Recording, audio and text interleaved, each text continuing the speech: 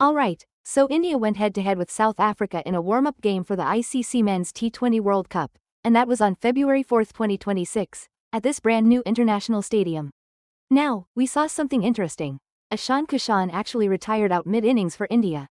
That was a smart, tactical move, really, just to shake up the batting order and give everyone a chance to prove themselves before the big tournament kicks off. South Africa, on the other hand, brought out a seriously strong squad. We're talking George Linde, Jansen, Aiden Markram, Anrich Nortje, Ryan Rickelton. That lineup immediately put the screws on India's middle order right from the get-go. The toss went India's way, and they chose to bat first under some perfectly clear skies. That set us up for what everyone expected to be a really high-intensity game. Look, this match was a huge deal for both sides. It was all about getting a feel for the conditions and fine-tuning their game plans. And, of course, fans from all over the globe were glued to their screens, tracking every update, from the toss to the scorecard. The big takeaway here? It's about nailing down that final playing 11 and spotting any weaknesses before they dive into those tough group stage battles. India's coaching staff really pushed for aggressive batting, while South Africa's bowlers were dead set on cashing in on any early swing they could get. Officially, this was just one of several warm-up games lined up for the 2026 schedule, but clearly, it meant a lot. The momentum totally swung early on when Nortje came in with a fiery opening spell, absolutely tearing through the openers. Kishan retiring out let some fresh bats come in, and they really picked up the scoring pace, especially against Jansen's tricky variations. Markram was the rock for the Proteas, anchoring their chase, just steadily building those runs. And Linde's spin? That really put the brakes on, making it super tough for India to find the boundaries in those crucial middle overs. Behind the stumps, Rickelton was sharp as a tack, not missing a beat. This game really just highlighted that intense India-South Africa rivalry we all know and love in white ball cricket. There's a ton of history there, with so many nail-biting finishes in past World Cups. Both teams used this as a golden opportunity to simulate those high-pressure situations, which is absolutely vital if you want to go far in a tournament like this. After the match, the big talk was all about how well they adapted to the pitch and, of course, how they handled the opposition's game plan. India's next game will definitely be built on all the lessons they've picked up from this performance. And South Africa? They got a huge confidence boost, especially for their pace attack, with Jansen and Nortje really leading the charge.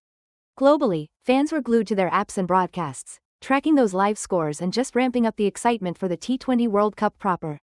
You know, people often ask how this channel puts out content like this so consistently. And honestly, I'm not doing the heavy lifting manually. I'm using Helios. It's the AI engine we built to handle the impossible parts of creation. It is literally the power behind what you just watched. If you want that kind of speed and quality at your fingertips, don't just watch AI build the future. Start building it yourself. Helios is finally open to the public. Check the link in the description and go bring the heat. India put up a competitive total after Kishan made a tactical retirement out at 45 runs, making way for those aggressive middle-order batsmen to really push the score past 160. South Africa's pace spearhead, Anrich Nortje, was on fire early, grabbing 2 wickets for just 28 runs in his 4 overs, really swinging that ball menacingly under the lights. Jansen backed him up perfectly, snagging 1 wicket and keeping things super economical, giving away just 35 from his 6 overs. He was brilliantly mixing up his Yorkers and bouncers. Aiden Markram, leading the side for this warm-up, rotated his bowlers really smartly, constantly keeping the pressure on. George Linde then introduced spin in the 8th over, giving away just 22 runs and grabbing 1 crucial scalp. And Ryan Rickelton was super sharp behind the stumps, pulling off 2 impressive stumpings that really showed off his agility. India's innings really stepped on the gas in the death overs, ultimately targeting 175 as the final score to beat. South Africa kicked off their chase pretty carefully, with Markram and Rickelton getting them off to a steady start at the top. Nortje's focused death bowling in practice sessions really paid dividends when India tried to surge late in their innings. This warm-up really highlighted India's need to execute better in the power play, especially after losing those early wickets. South Africa's fielding was absolutely top-notch, with some brilliant direct hits preventing quick runs. For a moment there, live scores showed India just nudging ahead, but then South Africa's spinners really regrouped and pulled things back. This whole segment of play really hammered home how crucial bowling rotations and smart fielder positions are for T20 success. India's coach actually praised that tactical retirement post-match, saying it really helped simulate real game scenarios. And you could really see South Africa's preparations for mastering death bowling shining through here. Now, rivalry stats show India actually holds a slight edge in recent T20s, but South Africa is notoriously good at chasing down totals. Warm-ups like this are gold, really providing crucial data for selectors ahead of those big squad announcements. And fans were definitely noticing Marco Jansen's growth as an all-rounder since their previous matchups. Alright, let's break down this cricket chase. South Africa's chase really started to pick up steam when Aiden Markram absolutely smashed a quick 52 off just 35 balls, hitting multiple boundaries, especially off India's spinners. Ryan Rickelton chipped in with a solid 38 runs, showcasing some beautiful, elegant drives. Together, they stitched a crucial 70-run partnership that truly shifted the balance. Then George Linde came in lower down and just stepped on the gas, absolutely smashing 25 off only 12 deliveries, even pulling out some innovative ramp shots. Marco Jansen then chipped in with a rapid 18 runs, giving that middle order some really good support. And Anrich Nortje stayed unbeaten on 10, just making sure they closed things out nice and calmly. India did try to fight back with some disciplined bowling, but South Africa ultimately cruised to the target with 8 balls still left in the bank. The real turning point? That came when Markram just launched a massive 6, completely breaking the pressure of the required run rate. Rickelton's footwork against the quick bowlers was seriously impressive too. He did a fantastic job of keeping those dot balls to a minimum. Linde's quick little cameo later on really exposed some holes in India's fielding, particularly at deep square leg. Jansen's final touches just cemented the fact that South Africa is looking incredibly clinical in these warm-up games. India's bowlers, on the other hand, might have learned a thing or two from relying a bit too much on those Yorkers that just strayed wide. And hey, the post-match handshakes were a nice touch, showing great sportsmanship even amid the rivalry. This win will definitely give South Africa a huge confidence boost going into their opening tournament matches. India, meanwhile, now has a few spin vulnerabilities to think about, especially after Linde's innings. The official scorecard, of course, confirmed those individual milestones, like Markram hitting his half-century. And all these warm-up stats? They're now going straight into the advanced analytics for both camps. Now, some historical parallels are popping up, reminding us of the 2022 T20 World Cup semis, where South Africa just couldn't quite get over the line against some tough opposition. But judging by their current form, it looks like both teams are really peaking at just the right time. And just a quick note, streaming platforms apparently saw peak viewership during that crazy chase climax. You can bet selectors are watching these kinds of performances super closely as they make those final squad cuts. Ishan Kishan deciding to retire out at a pretty crucial point in the game?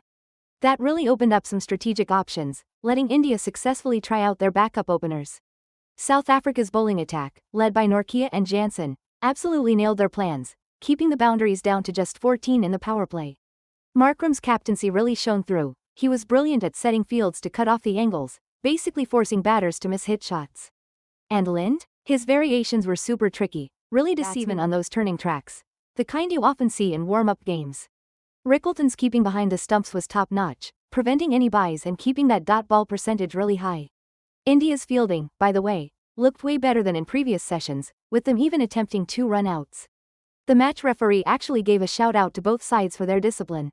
But on the bigger picture, this all ties into managing player workloads before the main event kicks off. India's looking to rotate players based on how everyone did his test. And South Africa? They've really confirmed they've got some serious depth in their pace bowling. This kind of versatility we're seeing here? That's exactly what the T20 World Cup 2026 format is going to demand.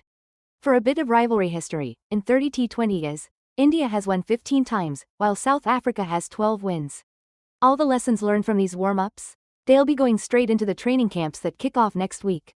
And fans are already buzzing about a potential rematch in the group stages. Good news for everyone at home. The broadcasters have confirmed there'll be wide coverage available. And a bit of good news from the team doctors. No injuries to report, so both squads are fully intact.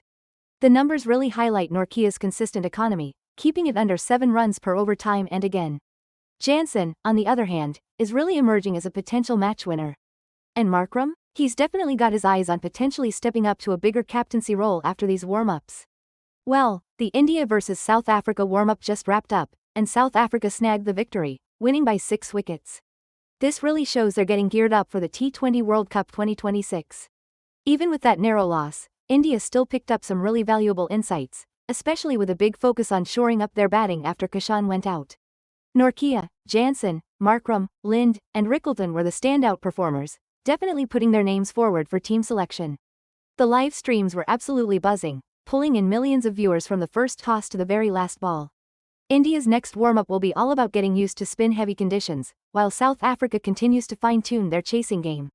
The tournament structure has both teams in some seriously competitive groups, which really ups the stakes. If history's anything to go by, strong warm-up performances usually mean a deep run in the tournament. The ICC themselves have applauded this competitive spirit, saying it's fantastic for growing cricket globally. Chatting with players after the game, you can tell there's a lot of optimism on both sides. As for where you can watch future matches, keep an eye on the official announcements. When India and South Africa face off, you can always count on a thrilling game. The final scorecard really cements this as a super productive session for everyone involved. And that momentum is now carrying straight into the official tournament campaigns, kicking off very soon. I hope you got some value out of this video. And if you're sitting there thinking you want to build something like this yourself, you don't have to start from scratch. I built Helios to give creators an unfair advantage. It takes the heavy lifting out of the process so you can focus on the ideas. It's exactly what I use, and now it's available for you too. The link is in the description. Don't just watch the future, go build it with Helios. I'll see you in the next one.